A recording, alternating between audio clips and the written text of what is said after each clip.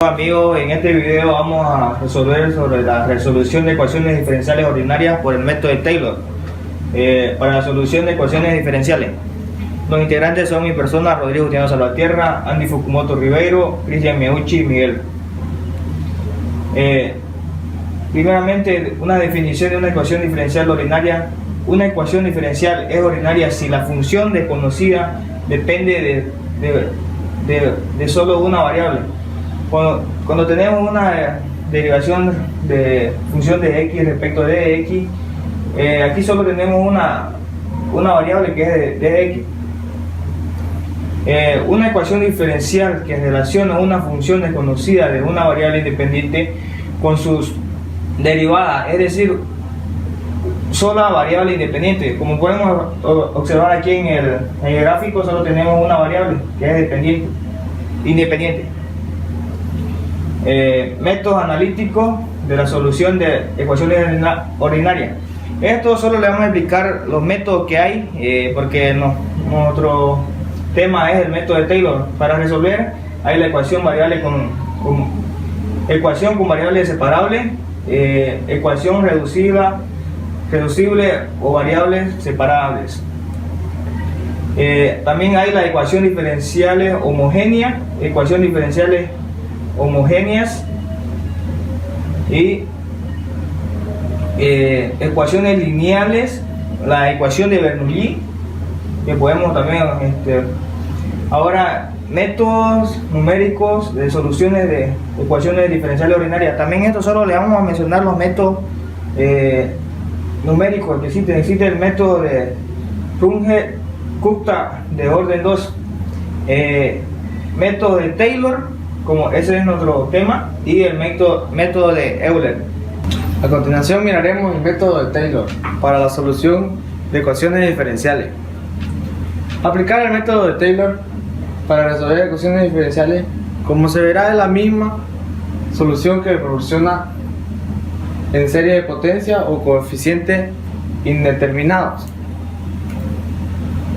Esto es, si la solución en serie de potencia arroja la solución en una fórmula cerrada, se tendrá entonces que la solución dada por los polígonos de Taylor también entregará dicha solución en forma cerrada.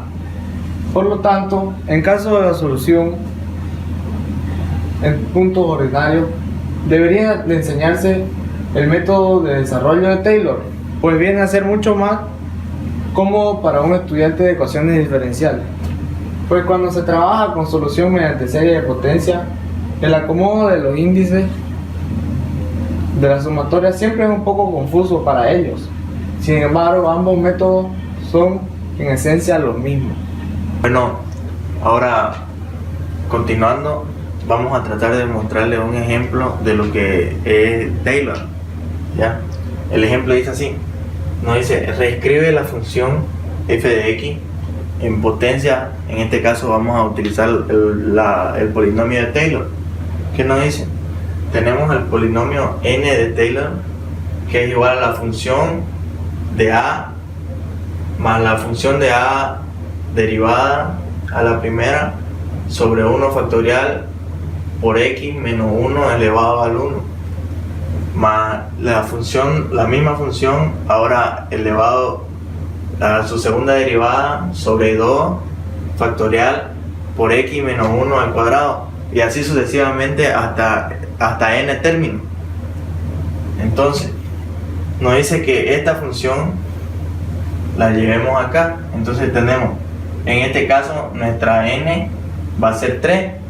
¿Por qué? Porque nuestra función está de grado 3. Entonces tendríamos p3 de x va a ser igual a ¿qué? A la función. En este caso la función sería f de 1 de a de 1 más f sobre 1 factorial por x menos 1 más f sobre 2 factorial por x menos 1 al cuadrado, y como nos dice que está elevado a tercer grado, entonces sería más f de x 3 por x menos 1 al cubo. Ya, bueno, ahora lo que vamos a hacer es analizar la función. F de x va a ser igual a, nos dice que es igual a x al cubo más 3x cuadrado más 5x menos 2. Ahora nosotros queremos saber el valor de esa f de x. ¿Cuánto es? Como nos dice que está evaluado en 1, sería 1 al cubo más 3 por 1 al cuadrado más 5 por 1 menos 2. Haciendo esos cálculos tenemos que esta función va a ser igual a x, a 7. Entonces, también nos pide la primera derivada de esa misma función. ¿Qué tenemos la derivada de esto? Nos sale 3x más 6x, 3x cuadrado más 6x más 5. Entonces, lo mismo hacemos, evaluamos con 1, sería 3 por 1 al cuadrado más 6 por 1 más 5. Eso nos va a dar un valor de f de x va a ser igual a 14. También nos dice la segunda y la tercera, entonces la segunda y la tercera. ¿Qué tenemos? La derivada de esta derivada sería 3 por 2, 6x más 6. Y de esta de aquí sería solamente 6. Entonces, vamos a tener estos valores.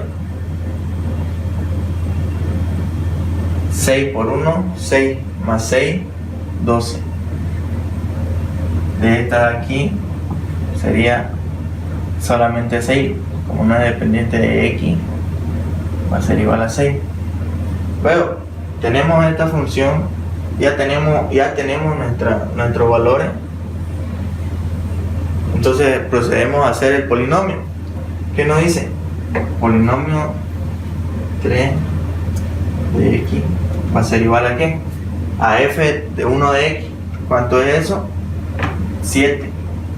7 más la función derivada sería 14 sobre 1, que 1 factorial es 1, de x menos 1. Ya se sobreentiende que está elevado al 1, pero no se le pone. Más, ¿qué tenemos? La f, la segunda derivada, que nos dice que es igual a 12, más 12 sobre factorial de 2. Factorial de 2 va a ser 2 igual, 2 por 1 a 2, por x menos 1 cuadrado. Ahora la tercera, más la tercera derivada de la función, nos dice que es igual a 6. 6 sobre 3 factorial. Factorial de 3, como sabemos, es 3 por 2 por 1. Eso va a ser igual a 6. 6x menos 1 al cubo. Entonces, ese sería nuestro polinomio. Si queremos, lo dejamos así. O también podemos hacer simplificación y para que nos quede un poco más corto.